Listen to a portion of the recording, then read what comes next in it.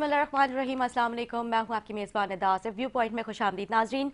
आज जो है हमारा टॉपिक है, क्योंकि कराची के इशूज़ और फिर जिस तरह से हम देख रहे हैं कि बल्दियाती इलेक्शंस जो कि 2024 में हुए थे, जुलाई में हुए थे, और उसके बाद जो है जिस तरह से टाउन्स और यूसीज़ जो हैं वो अपने इख्तियार को जो है वो यूटिलाइज़ नहीं करती हुई नज़र आ रही है। क्योंकि अगर हम अपने अपने अपने टाउन्स की बात करें, कराची में जो मुख्तलिफ टाउन्स हैं उनमें कारकर्दगी जो है वो अभी तक जो है कोई ख़ास नज़र नहीं आ पा रही है।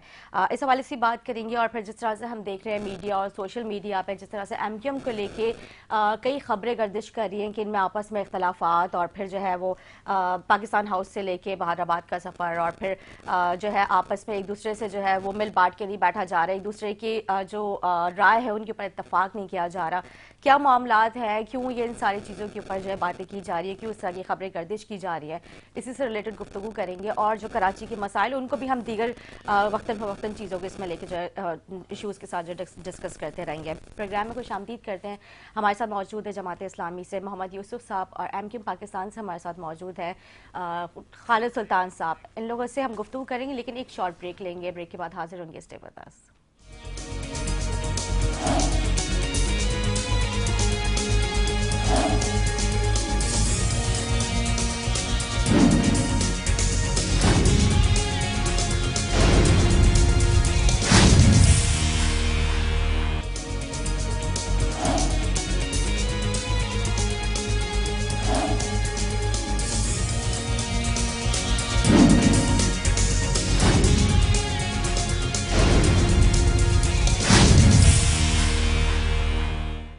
वेलकम बैक नाज़रीन। ब्रेक से पहले जैसा जो गुफ्तगू कर रहे थे हम कराची के इशूज़ और जिस तरह से खबरें गर्दिश कर रही है एमक्यूएम को लेके, जो इनके आपस के इख्तलाफात हैं, क्यों ये इख्तलाफात हैं, क्या इनमें कोई सदाकत है भी या नहीं, इस हवाले से हम जानने की कोशिश करते हैं। और जो इससे पहले मैं चाहूँगी कि जो हमारे जमात इस्लामी के जो गेस्ट हैं मैं पहले उनसे जानूँगी, क्योंकि ज़ाहिर है जिस तरह से कारकर्दगी को लेकर भी सवाल निशान उठाया जा रहा है कि बल्दियाती इख्तियारात हैं, बल्दियाती बजट इनको दिया हुआ है, लेकिन उसके बावजूद भी क्यों नहीं कारकर्दगी जो है वो नज़र आ पा रही है। मैं यूसुफ साहब आपसे जानने की कोशिश करूँगी, क्योंकि ज़ाहिर है हमने देखा कि 2024 जुलाई में जब बल्दियाती इंतखाबात हुए थे और तकरीबन 9 यूसीज़ है जमात इस्लामी के पास, टाउन सॉरी 9 यूसीज़, तो उनमें क्यों नहीं उस तरह की कारकर्दगी नज़र आ रही है जो हम एक्सपेक्ट कर रहे थे। जिस तरह के हम दावे और वादे सुनते हुए नज़र आ रहे थे कि अगर हमें बल्दियाती इलेक्शन अगर हम क्लीन स्वीप कर लें तो जो है हम कराची का नक्शा बदल देंगे। बल्दियाती जो मामला हैं मतलब उससे रिलेटेड इंफ्रास्ट्रक्चर भी और सारे मामला जो है वहीं के वहीं हैं, क्या कहेंगे? बिस्मिल्लाहिर्रहमानिर्रहीम।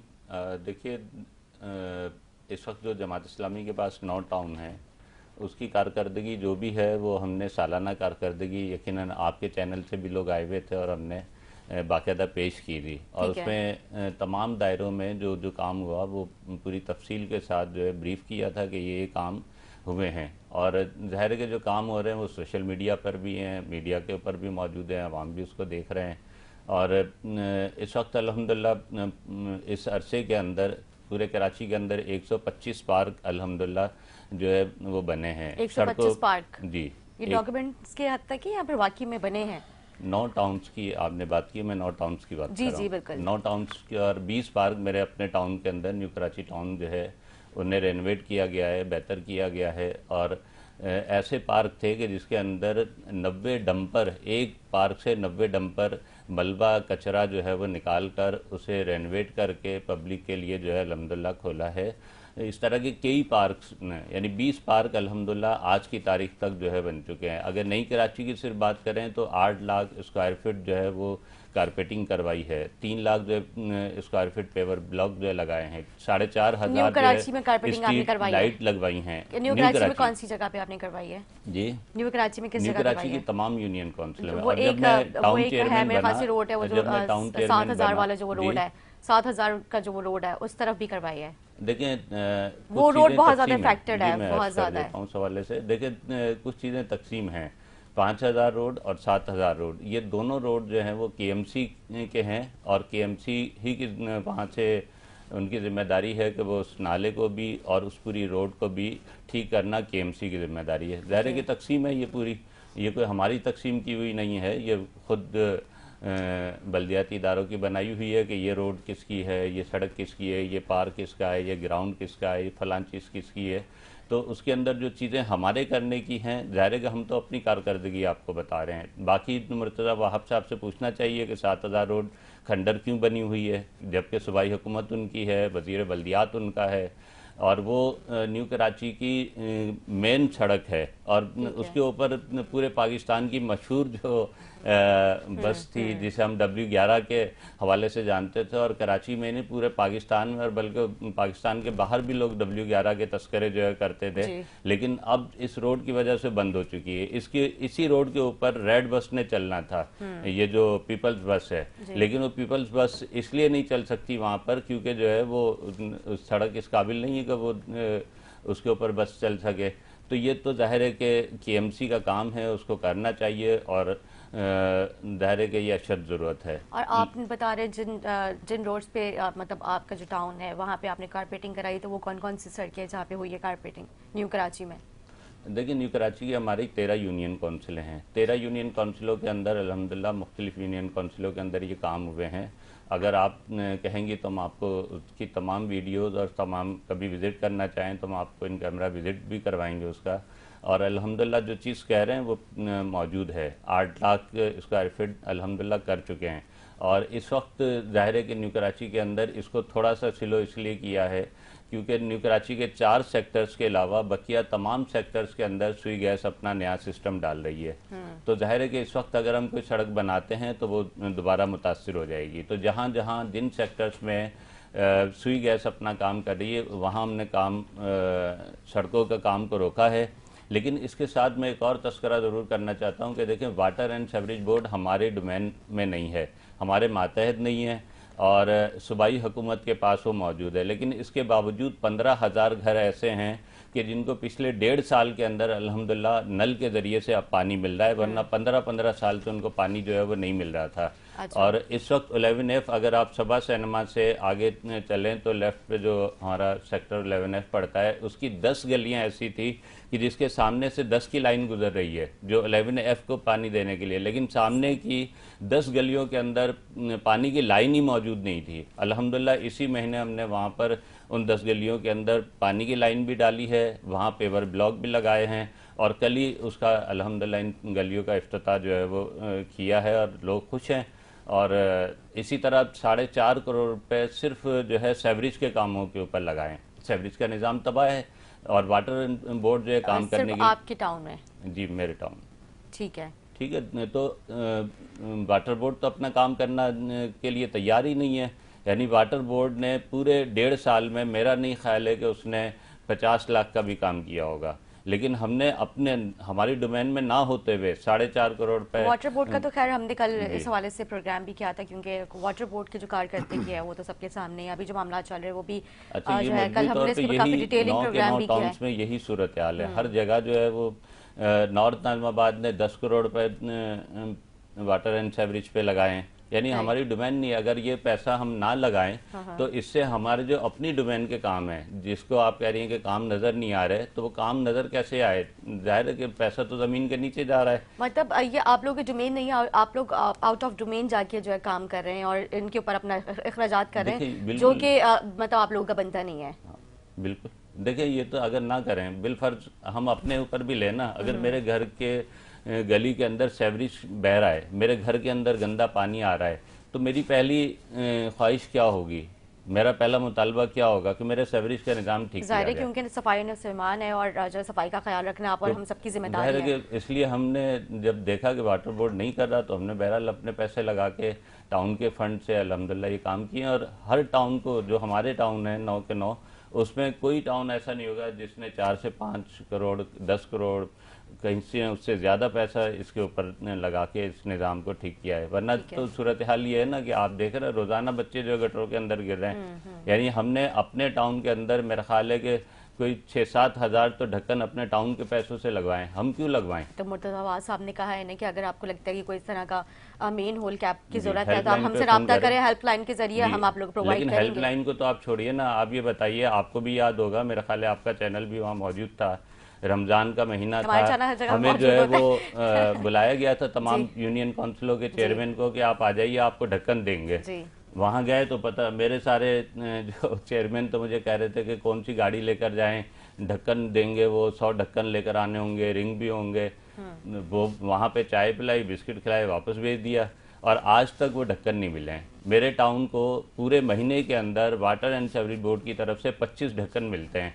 अगर आप 4 गलियों के अंदर जो है वो 25 ढक्कन पूरे हो जाते हैं। बिल्कुल। तो ये जाहिर है कि ये हम तो 2 अपना गलियों पैसा का आप लगा रहे कहानी हैं इन बता रहे चीज़ों हैं, के 25 ऊपर। ढकने तो दो गलियों में पूरे हो जा रहे हैं। खालिद मुमताज साहब से भी जानते हैं, क्योंकि जो एमकेएम पाकिस्तान की जो बड़ी गहरी नज़र होती है जमात इस्लामी की कारकर्दगी पे, आपसे भी जानते हैं कि आप इत्तेफाक करते हैं इन सारी बातों पे। ऐसी कारकर्दगी है कि जमात इस्लामी की अभी फिलहाल? भाई जमात इस्लामी की कारकर्दगी तो यह है कि इनको खुद भी नज़र नहीं आती।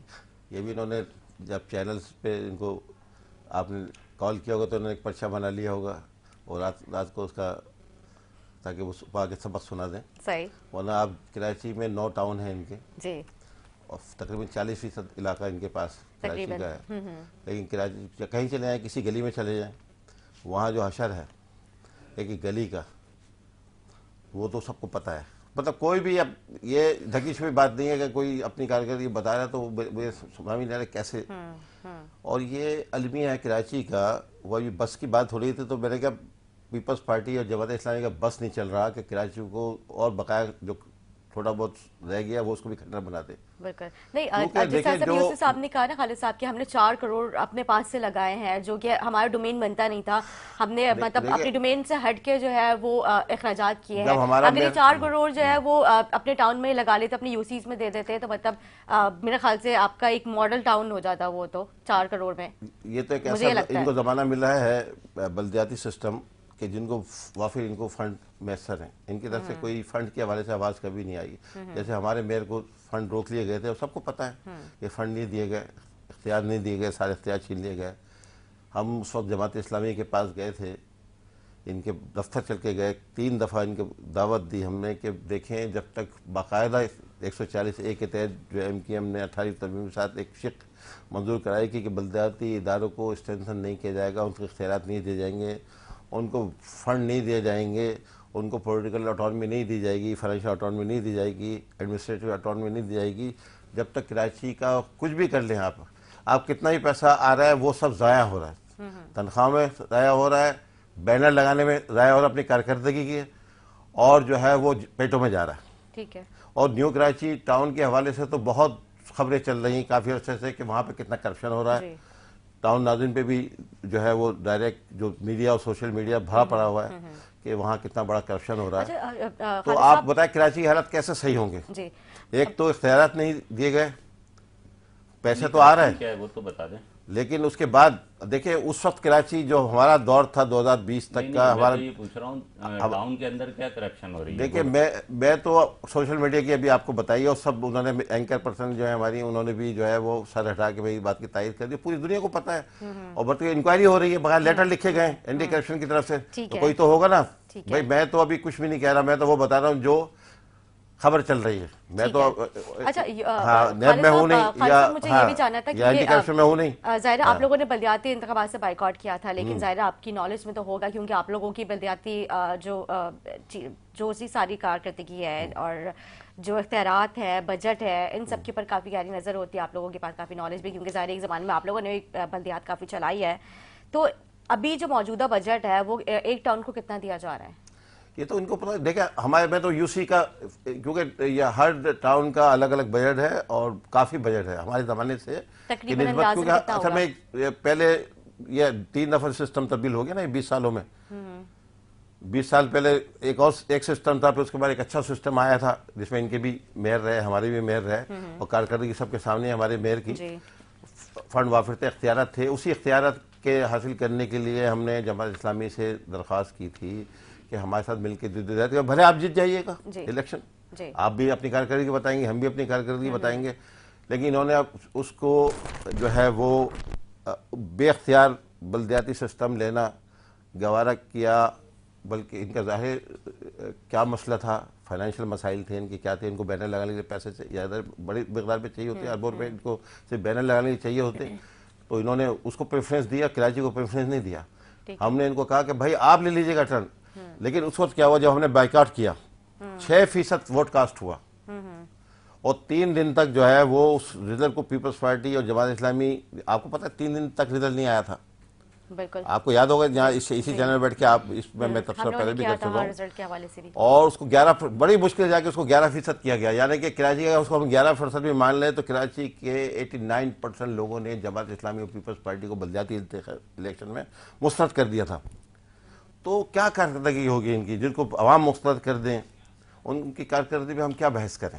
ठीक है, बिल्कुल। अच्छा, और आपने देखा जब से वो बलदियाती इलेक्शन है उसके बाद कई अरब रुपए के बैनर कराची में लगे, वो पैसा कहाँ से आया? वो तो ये कहते हैं कि इनके पास एक अलग बजट होता है, कुछ इनके पास कहाँ से आता है वो बजट? है जो इनको वो मस्जिद का गल्ला है, वो मस्जिद का गल्ला है या किसी मज़ार का बक्सा है, क्या है जिसमें इतना पैसा आता है? हमारे पास क्यों नहीं आता? हमारे तो जो इख्तियार थे, जो बलदियाती सिस्टम को पैसे देने, शहर को पास ही बड़ा फंड हुआ करता था, कराची जैसे बैनर्स लग रहे होते थे, वॉल चॉकिंग हुआ करती थी। वो पार्टी के बैनर हम लगाते हैं अपने देखिए हमारा एक फंड है जो हर कारकुन देता है, ठीक है, उससे लगाते हैं, पब्लिक भी देती है, ये नहीं कह रहे, पब्लिक भी देती है। एमकेएम पॉपुलर जमात है, 40 तकरीबन 88 से आप देख लें, आप इलेक्शंस जितने भी हुए पड़ेंगे तो हमारी एक से है शहर में, लोग ताउन करते हैं, लेकिन इस तरह कभी नहीं लगा कि एक पानी का नलका लगाया और 10 करोड़ रुपए के बैनर लगा दिया, ठीक है, और एक धरना देना हुआ उसके लिए जो है वो कई करोड़ रुपए के बैनर लगा दिया, और एक साल का बजट जो अरबों रुपए का बनता है इनका, वो जल्दी थी, इनको जल्दी से ये बलदियाती सिस्टम आए ताकि उसका पैसा वहां लगे। ठीक है। अच्छा, ठीक है यूसुफ साहब, क्योंकि ज़ाहिर भी बात, मैंने उनसे भी ये सवाल किया था कि आप जो टाउन का जो बजट है वो अभी तक आपको मिल चुका है, तो कितना बजट आप लोगों को मिला है फिलहाल? असल में मसला ये है कि ज़ाहिर है कि बल्दियाती निज़ाम आया, और बल्दियाती निज़ाम के अंदर ये जो एमकेएम का ये मौक़िफ़ और बयानिया है कि वो मुस्तकिल ये कहती है जी हमने बाइकआउट इसलिए किया क्योंकि जो है वो ये बल्दिया बड़ी लंगड़ी लूली बनने जा रही थी, इख्तियारात नहीं होने थे। तो भाई आपने इससे पहले जो बल्दिया थी उसके अंदर क्यों इलेक्शन लड़ा? इख्तियार तो उसके पास भी नहीं था। वसीम अख्तर साहब आखिर में फाइलें फेंक कर गए और सब कुछ कर गए, यानी पूरे 4 साल मज़े करते रहे, पूरे 4 साल जो है वो एंजॉय किया उसको, मेयरशिप को, और आखिर में फाइल फेंक के चले गए कि जी वो बड़ा मसला है, इख्तियारी कुछ नहीं है। तो भाई इख्तियार नहीं था तो आपको इस्तीफ़ा देना चाहिए था, नहीं दिया। अब जब ये मामला हुआ तो इलेक्शन 3 दफ़ा मुलतवी हुए, तीनों दफ़ा इन्होंने अपने कैंडिडेट उतारे, और जब आखिरी इलेक्शन हुआ है उस वक्त रात को 2 बजे बाइकआउट किया है। तो क्या इनको 2 बजे तक उम्मीद थे कि बाइख्तियार हो जाएगी बल्दिया? असल मामला ये था कि इनको पता था, बिल्कुल वाज़े नज़र आ रहा था, दीवार पे लिखा हुआ नविश्ता दीवार पढ़ लिया था इन्होंने कि इनको पब्लिक वोट नहीं देगी, और उसका नतीजा था इन्होंने बाइकआउट कर दिया। उसके बाद अब ये कि जी आपको वोट बड़े कम मिले, चलें इसको भी ठीक कर लेते हैं। उसके बाद कौमी और सूबाई के इलेक्शन हो गए, ठीक है, यानी पीला स्कूल न्यू कराची के अंदर गढ़ तस्वुर होता था, वहाँ के पोलिंग स्टेशन से 9 वोट मिले। अच्छा। लेकिन बात यह है कि इन्होंने तो अपने कैंप भी बंद कर दिए थे, और बिल्कुल यानी न्यू कराची के अंदर 2 नशिस्तें पीएस की बाजे अक्सरियत के साथ जमात इस्लामी जीती, लेकिन फॉर्म 47 की बुनियाद पे एमकेएम को मिल गई वो सीटें। तो एमकेएम तो कराची शहर से कौमी सूबाई इलेक्शन में एक नशिस्त भी नहीं जीती है। ठीक है, ये तो इलेक्शन से रिलेटेड बात होगी, बात हो रही है बजट से रिलेटेड कि बजट कितना अभी तक मिला है आपको? देखिए, बजट जो हमें मिल रहा है वो तनख्वाहों की मद में ओजेटी मिलती है, बाकी टाउन को अपने जो टैक्सेस हैं उससे अर्निंग करता है और काम कर रहे हैं। हमने जो चीजें बताई हैं वो पैसों से ही हो रही है ना। अभी तक आपके पास रेवेन्यू जनरेट हो चुका है न्यू कराची टाउन से? जी, कितना रेवेन्यू जनरेट हो चुका है अभी तक न्यू कराची टाउन से? देखिए, जो भी रेवेन्यू आ रहा है उसके नतीजे के अंदर ये काम हो रहे हैं ना, मैंने काम आपको बताया। अगर हमने जो 4 करोड़ रुपए अगर हमने वाटर बोर्ड पे लगा दिया, अगर हमने 8 लाख स्क्वायर फीट सड़कें जो है बना दी, 3 लाख जो है स्क्वायर फीट जो है वो पेवर ब्लॉक लगा दिया, अगर जो है हमने 3 स्कूलों को और 2 डिस्पेंसरी को ठीक कर दिया, एक वाटर पार्क बना दिया, तो बात यह है कि अगर किसी को यकीन नहीं है तो चले आके दिखाते हैं आपको। अगर आपकी आंखों पे तासुब की पट्टी बंदी हो, अगर तासुब की पट्टी को हटा के आप कारकर्दगी देखेंगे तो 4 करोड़ का जो है वो वहाँ पे बजट लगाया गया है, और इसके अलावा जो है बाकी आगे भी लगानी, क्योंकि अभी तक बजट आप लोगों को नहीं मिला है, मतलब प्रॉपर गवर्नमेंट की तरफ से, गवर्नमेंट की तरफ से अभी तक सिर्फ जो आपकी सैलरीज है उसी की मद में आप लोगों को मिला जा रहा है। और ये इत्तेहादी रहे ना हमेशा। मसला उनका प्रॉब्लम ये है कि वो उनकी तो सूरत हाल ये है कि उन्होंने टेंडर कराए यूनियन काउंसिलों के लिए 2-2 करोड़ रुपए के। न्यू कराची के अंदर जो 4 यूनियन काउंसिलें पीपल्स पार्टी की हैं उसके अंदर तो उन्होंने टेंडर करवा दिए और लेकिन पूरे मेयर कराची 45 मुर्तजा वहां साहब तो मुझे कई मरतबा ये बात कहते हुए भी नजर आई कि बजट मिल चुके हैं, अब तो इख्तियारात भी हैं, टाउन्स के पास भी हैं। जो चीज है वो बता रहे हैं और उसे प्रूफ करेंगे। 45 यूनियन काउंसिलों के टेंडर हुए पूरे कराची में, एक पीटीआई की और 44 जो है वो पीपल्स पार्टी की यूनियन काउंसिलों के टेंडर किए गए। और सूरत हाल ये है कि करप्शन का हाल ये है इनका कि जो है वो 8 करोड़ रुपए के एक मंसूबे का इफ्तिताह मुर्तजा वहाब साहब न्यू कराची में कर गया कि जी पेपर ब्लॉक लगाएंगे और गलियां मरम्मत करेंगे। उसके नतीजे के अंदर 8 करोड़ के अंदर सिर्फ 15 गलियां बना के और ख़त्म हो गया वो 8 करोड़ रुपए। और अल्हम्दुलिल्लाह हमारी जो कॉस्ट आ रही है गली के ऊपर वो 7.5-8 लाख रुपए है और जो पीपल्स पार्टी ने बनाई है गली उसी साइज की वो 39 लाख में बनी है। तो जब करप्शन और लूटमार करेंगे तो काम कैसे होगा? और जाहिर इन पार्टियों का मसला ये है गलियां अभी तक बन चुकी है, अभी तक कितनी गलियां बन चुकी हैं जी? कितनी गलियां अभी तक आप लोगों ने बना ली हैं? गलियां मेरा ख्याल कल 25 गलियों का इफ्तिताह किया है। मतलब ये भी तकरीबन जो है करोड़ों में ही बजट पहुंच रहा है आपका?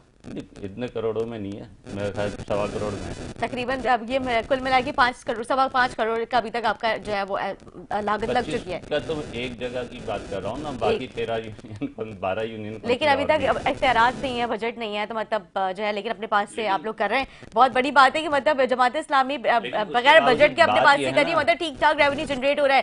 खालिद सुल्तान साहब आप क्या कहेंगे? बात यह कि फिगर नहीं बताएंगे कभी भी, ताकि पता चल जाए लोगों को कितना पैसा है और खर्च, ताकि लोग अंदाजा लगा लें कि कितना पैसा है और लगा कितना है। हाँ। ये नहीं बताएंगे। आपने 10 दफा एक सवाल पूछा कि भाई फंड कितना है, बजट कितना है, नहीं बताया एक दफा भी। हाँ, नहीं बताएंगे। वो तो लिखा हुआ होता है ना कि इतना फिक्स बजट होता है। वो तो किताबों में लिखा होता है, किताबों में लिख दिया जाता है, नीचे हिसाब बराबर। बल्कि नहीं, ये लोग तो पहले हिसाब देते रहे। इनके मेयर साहब तो जब गए थे फाइल फेंक के तो हिसाब देकर गए थे पूरा। हम तो हिसाब देके पब्लिक के सामने एक चीज बता के गए। देखिए बीच में इंटरप्ट नहीं किया, अगर मैं इंटरप्ट करूंगा तो फिर मसाइल होंगे। ठीक है, देखिए मैं तो फिर वो आप बात कर सकेंगे, मैं आपका पॉइंट ऑफ व्यू मैंने बड़े तमुल सुना, आप मेरा सुने। दूसरी बात यह है कि बात हो रही थी जो हमने बाइकाट किया था, सारी दुनिया को पता है कि सुप्रीम कोर्ट से जाके हम 140A का फैसला करा के लाए थे। सही है। हमारी पटिशन थी, 3.5 साल हम हर सतह पे लड़े, सूबाई असम्बली में, कौमी असम्बली में, बल्दिया की सतह पे और जो है सेनेट के, और उसके साथ साथ हमने जो है वो प्रोटेस्ट किए। हमारी माओ बहनों को जो है वो लाठियां मारी गई सीमा हाउस के ऊपर, ये इसी बलदियाती इख्तियार के सिलसिले में जो हमने वो किया था, प्रोटेस्ट किया था। एक हमारा साथी शहीद हो गया था। तो ये कोई वो खेल तमाशा नहीं हो रहा था, हम बाकायदा संजीदगी से जद्दोजहद कर रहे थे। उस पर हमने ऑल पार्टीज कॉन्फ्रेंस बुलाई थी, जिसमें तमाम पार्टियों को बुलाया गया और सब ने हमारे उसके मौके की तैयारी की कि हाँ 140A के तहत इख्तियार मिलने चाहिए।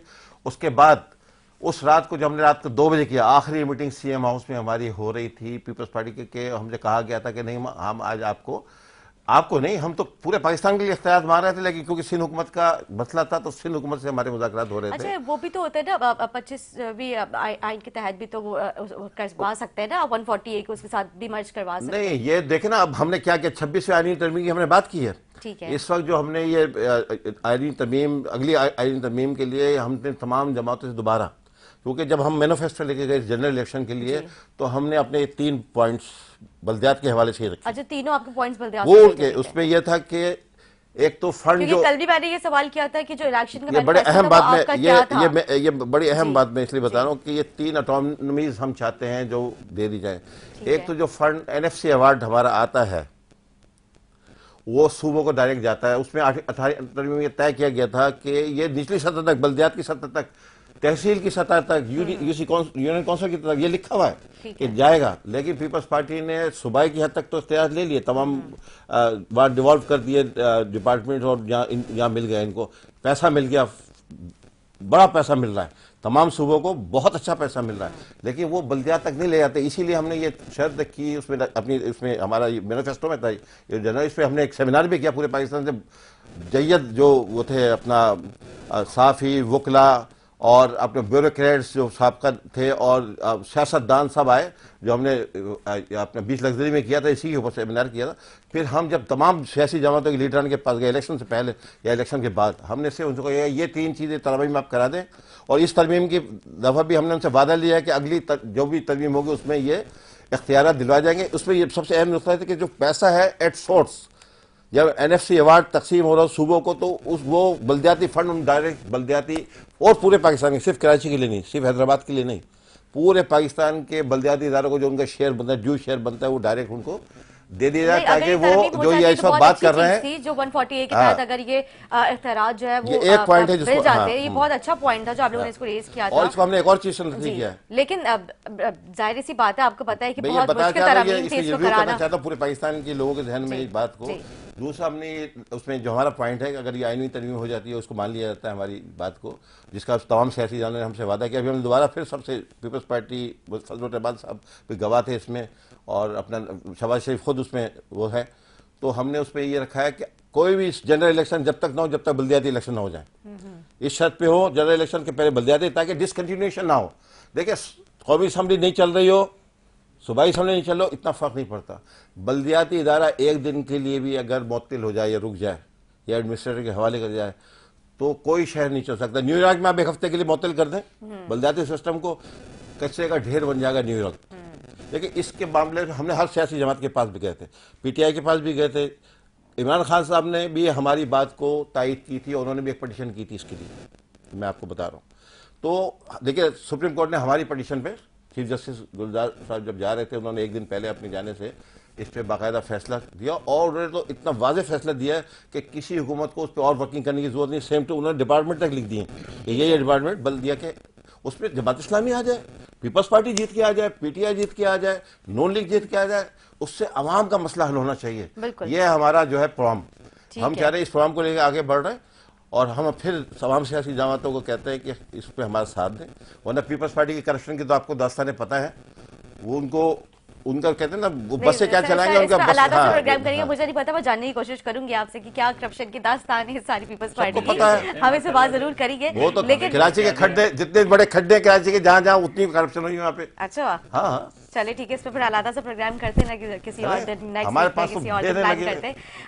बिल्कुल। अच्छा, जिस तरह से मैंने इंट्रो दिया था, इंट्रो में मैंने जिक्र किया था कि एमक्यूएम से रिलेटेड काफ़ी खबरें जो है वो जो है गर्दिश कर रही हैं मीडिया और सोशल मीडिया पे, जिसमें जो है 2000 इलेक्शन से रिलेटेड भी जो है बातें की जा रही हैं कि 2024 का जो इलेक्शन हुआ था, जनरल इलेक्शन, उसमें जो है मुत्तहदा के जो काफ़ी फेवरेट और सरगर्म जो वहाँ के उनके वर्कर्स और कारकुनान और फेवरेट लोग हुआ करते थे, उनको टिकट से महरूम किया गया। तो आप क्या समझते हैं कि इस बात में कोई सदाकत है? मैं भी तकरीबन 40 साल से काम कर रहा हूँ एमक्यूएम में, और तकरीबन हर ओहदे पर रहा हूँ, नीचे से बुनियादी कारकुन हूँ।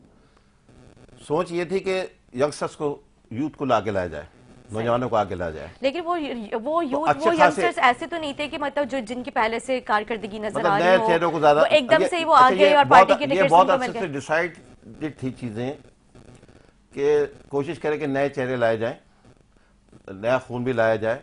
और क्योंकि जाहिर है हम लोग अगर सारी जिंदगी कुर्बानी देते आ रहे हैं और हमने कभी इंसिस्ट नहीं किया अपनी पार्टी को इलेक्शन लड़ने के लिए, तो हमने उस मौके पर भी अपनी क़यादत को फ्री हैंड दिया कि आप जो फैसला करेंगे। तो हमने इलेक्शन लड़ा है बैठ के, आपको पता है, सब जो दूसरों को नए चेहरों को टिकट मिले, हमने इलेक्शन लड़वाया वहाँ बैठ के, एज इंचार्ज मैंने एक इलेक्शन लड़वाया। हालांकि मेरे 3 जगह से नॉमिनेशन थे, हमने एक लफ्ज भी आज तक, मैंने अपनी क़यादत से आज तक एक लफ्ज भी नहीं पूछा कि आपने मुझे टिकट क्यों नहीं दिया। ऐसे हमारे बहुत से सीनियर साथी हैं जिन्होंने सारी जिंदगी, हमने सोचा हुआ कि अपने कौम के लिए काम करेंगे, अपनी तहरीक के लिए काम करेंगे, वो हम कर रहे हैं काम, हमारे लिए वो प्रायोरिटी है। ठीक है। और दूसरी बात ये कि जिस तरह से ये भी जिक्र किया जाता है कि पहले पाकिस्तान हाउस था, फिर उसके बाद अब बहादुराबाद जो है वो दोबारा से पहले सबसे पहले बहादुराबाद मरकज़ था, फिर पाकिस्तान हाउस जो है उसको टेम्परेरी मरकज़ बना दिया गया था, क्योंकि इलेक्शन की सारी तैयारियाँ, सारी सरगर्मियाँ वहीं से ही की जा रही थी। तो जो है अब दोबारा से इख्तलाफात की वजह से क्या दोबारा से आप लोग अलग-अलग हो गए? मेरा ख्याल आपने आधी बात का जवाब तो आपने दे दिया। देखिए, आपने उसको कब, मरकज़ हमेशा से बहादुराबाद रहा है, राब्ता कमेटी का ऑफिस अभी भी, पहले भी वही, यहाँ हम बहादुराबाद आए पहले, जब 22 अगस्त के बाद पहले PIB में फारूक सत्तार साहब के अगर कुछ तो कोई इमरजेंसी सूरत थी, फिर जब हमने बाकायदा ऑफिस शुरू किया तो यही हमारा मरकज़ बनाया, आर्जी मरकज़ बहादुराबाद हमने बनाया जहाँ पे, क्योंकि हमारे पास कोई ऐसी जगह नहीं थी, ये जगह हमारे पास मौजूद थी। और इलेक्शन में क्योंकि बहुत बड़ी एक्टिविटी होती है यहाँ, इतनी जगह, एक तो हमारे शोबे बहुत ज़्यादा हैं, फिर पब्लिक जाहिर आ रही, फिर नॉमिनेशंस हैं, उसके पूरा प्रोसेस होता है इलेक्शन का बहुत बड़ा। इलेक्शन सेल हमारा बहुत बड़ा है, उसके लिए पूरा होमवर्क करना पड़ता है, काम करना, तैयारी करनी पड़ती है। हज़ारों लोगों के इंटरव्यूज़ थे, फिर मुख्तलिफ जमातों के जो डेलीगेशंस आ रहे थे और बहुत सारी आवाम से लोग आ रहे थे, मुख्तलिफ जगहों से लोग आ रहे थे, तो एक बड़ी जगह की ज़रूरत थी। तो उसको हमने देखा होगा, आप भी जाके देखें, आज भी लिखा है मरकज़ी इलेक्शन सेल। ठीक है, उसको हमने मरकज़ी इलेक्शन सेल का नाम दिया। और जब वो इलेक्शन का एक माहौल ख़त्म हो गया, तमाम इलेक्शन हो गए, तो फिर जाहिर है एक जो हमने वापस अपनी ज़्यादा एक्टिविटी, अब यहाँ से राब्ता कमेटी तो यहीं बैठ रही थी ज़्यादातर, वो एज अ टाइम बीइंग जो इलेक्शन का एक वो था सिलसिला, उसके लिए 4-6 महीने के लिए तय हुआ था कि हम वहाँ बैठेंगे। और जैसी ज़रूरत होगी, अपना दोनों ऑफिस हमारे पास, अभी हमारे पास है वो ऑफिस। ठीक है, हमारे बहुत सारे शोबे वहाँ से काम कर रहे हैं। राब्ता कमेटी का ऑफिस यही था, मरकजी ऑफिस हमारा यही था, और हम यहीं से, हमारा जो तमाम सिस्टम चलता है वो यहीं से चलता है हमेशा, जब भी यहीं से चल रहा था। ठीक है, बैठना वहाँ ज़्यादा हो रहा था। ठीक है। एमकेएम की 7 नशिस्तें पहले बहुत ताकतवर हुआ करती थी, लेकिन अब 22 नशिस्तें होने के बावजूद भी वो इतनी पावरफुल नहीं है जितनी पहले 7 नशिस्तें थी। देखिए, ये देखो, पॉलिटिकली सोचना चाहिए हमें, हर वक्त लड़ाई के मूड में नहीं रहना चाहिए। बात यह है कि उस वक्त ज़रूरत थी 7 नशिस्तों की, सही। अभी गवर्नमेंट को शायद उस तरह ज़रूरत नहीं होगी कि पीपल्स पार्टी और नून लीग की मिला के, मतलब गवर्नमेंट की जरूरत नहीं थी, गवर्नमेंट के साथ आके बैठ गए। नहीं, पॉलिटिकली सोचना चाहिए हमें, सही। इखलाकियात अपनी जगह है, ठीक है, और एक आपस का इत्तेहाद वो अपनी जगह है, उसमें भी वादे वईद हैं, लेकिन हमने इसको मसला नहीं बनाया। हम देखें पाकिस्तान जिस सूरत माशी सूरत से गुजर रहा है, ये सबसे अहम है इस वक्त हमारे लिए। पाकिस्तान आवाम का माशी मसला जो है, गरीब गुर्बत की तरफ चले जा रहा है, बहुत ही बुरी और पाकिस्तान मुसलसल कर्जों के दलदल में धंस रहा है। अब ये कह रहे हैं कि मैं तो इससे कभी खुश हूँ, मैंने जब भी मेरी बात हुई, मैं कभी भी इस चीज़ का कायल नहीं हूँ, ना हम एमकेएम इस तरह कि आप कर्जे लेके मुल्क चलाएं। आप अपनी पॉलिसियाँ बनाएं, अपने खर्चे कम करें, अपनी जैसे अब इस वक्त हो रहा है। हमने उनका साथ, उनको ये कह के साथ दिया था कि हम गैर मशरूत आपको साथ देंगे, हालांकि हमें कहा गया कि 3 मिनिस्ट्री आपको देंगे। अभी भी हम कहते रहते मिनिस्ट्री ले लें, अभी भी 2 मिनिस्ट्रीज तो है, 2 मिनिस्टर तैयार, 1 मिनिस्ट्री है। नहीं, एजुकेशन और साइंस एंड टेक्नोलॉजी। नहीं, वो एक असल में कुछ वो दी गई है टाइम बीइंग, लेकिन है तो ना, नहीं, वो जो भी टेम्परेरी दी गई है, जो है वो लेकिन है तो अभी आपके पास ना, एक केयरटेकर के तौर पे समझ लें वो, लेकिन केयरटेकर भी वही होता है ना, जाहिर सी बात है, जो उस वक्त उसकी सरपरस्ती कर रहा होता है। आप क्या कहेंगे? हमारी कारकर्दगी की वजह से एक बोझ और डाल दिया उन्होंने, वरना हमारे असल में तो 3। लेकिन अभी आपने कहा कि गवर्नमेंट को जरूरत नहीं थी, लेकिन फिर भी आप लोग इनके साथ आ गए, लेकिन फिर भी आप लोगों की कारकर्दगी देखते हुए बकौल आपके कि हुकूमत ने आपको दे दी कॉन्फिडेंस। कराची में हमारे साथ विक्टिमाइजेशन किया गया 30 साल 32 साल। अगर कराची के लोग जो यहाँ से कराची कमा के देता है और जिस तरह पूरा मुल्क चल रहा है, ये सब मानते हैं। हमने तो बार बार उनको कहा, अब हमें मौका दे दें, कराची पूरा पाकिस्तान को न सिर्फ चलाएगा, हम कराची को ऐसा बनाएंगे जैसा हमने पहले मिसाल करके दिखाई, और पूरे पाकिस्तान को ऐसा। लेकिन आप सिर्फ नफरत की बुनियाद पे या जो है वो अपना पॉलिटिक्स की बुनियाद पे या किसी और बुनियाद पे अगर हम विक्टिमाइजेशन करेंगे तो पूरे मुल्क का नुकसान होगा। ठीक है, तो इसके तहत हम मुसलसल, हमने, आप हमारा पूरा व्यू देख लें, हमने गवर्नमेंट में जाते कहा था कि हम किसी मिनिस्ट्री के लिए यकीन करेंगे। हम शहबाज शरीफ को मना किया, खालिद मकबूल सिद्दीकी ने, कि हमें मिनिस्ट्री नहीं लेनी। बिलीव मी, आप यकीन करें। और ये अगर जो बाखबर हल्के अभी भी 2 और वजारतों की हमसे बात करते हैं, हम नहीं कहते, हम पहले ये मसाइल करते हैं। और अब तो हमारा मेन मसला ये है कि ये बलदियाती आईनी तरमीम कर दें, हमने ये मिनिस्ट्री भी वापस लेना है। अच्छा, ये आप 3 तरमीम करा दें, ठीक है। एक तरमीम में 3 शिकें हैं हमारी, जी जी, जो मैंने अभी आपके सामने अर्ज किया।